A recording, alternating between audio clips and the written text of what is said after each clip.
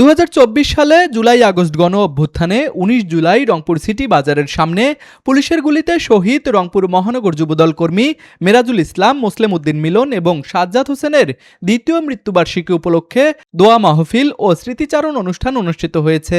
আজ বিকেলে রংপুর শিল্পকলা একাডেমি মিলনায়তনে রক্তাক্ত রাজপথ শীর্ষক এই অনুষ্ঠানটির আয়োজন করে রংপুর মহানগর যুবদল।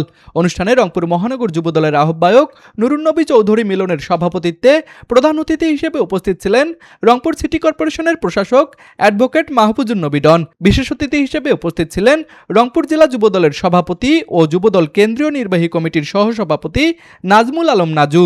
বিশেষ বক্তা হিসেবে বক্তব্য রাখেন রংপুর মহানগর যুবদলের সিনিয়র যুগ্ম আহ্বায়ক জহির আলম নয়ন।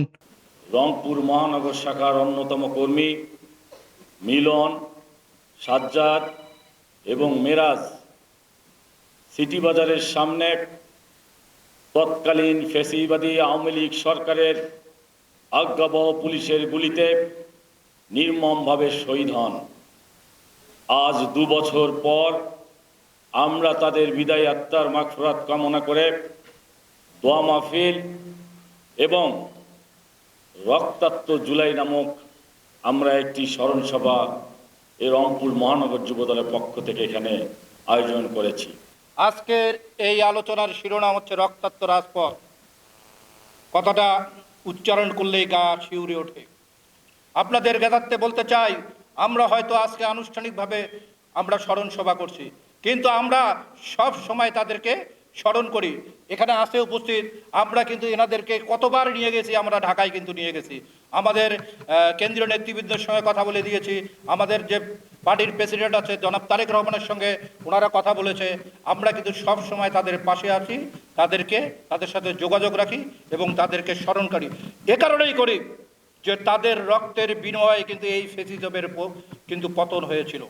আমরা যতদিন বেঁচে থাকব বা আমরা যতদিন এই রংপুরে বা বাংলাদেশ থাকবে, আজকের এই দিনটিকে সারা দেশ এবং রংপুরবাসী গভীর শ্রদ্ধার সাথে স্মরণ করবে। আজকে আমরা আমাদের এই শহীদরা সহ জুলাই আগস্ট সেই গণ অভ্যুত্থানে যারা মারা গিয়েছেন, যারা শহীদ হয়েছেন, সকলের প্রতি আমরা গভীরভাবে বিনম্র শ্রদ্ধা জ্ঞাপন করতে চাই। এবং সেই সাথে আমাদের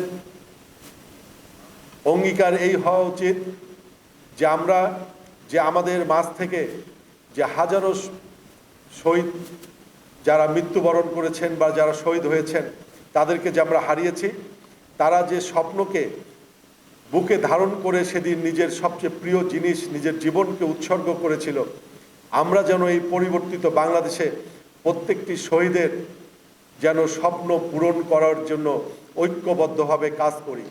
রংপুর মহানগর যুবদলের সদস্য সচিব আতিকুল ইসলাম লেলিনের সঞ্চালনায় অনুষ্ঠানে উপস্থিত ছিলেন শহীদ পরিবারের সম্মানিত সদস্যগণ এবং দলীয় নেতাকর্মীরা সহ অন্যান্য অতিথিরা। তুষার আচার্য, ডেস্ক রিপোর্ট, RCTV।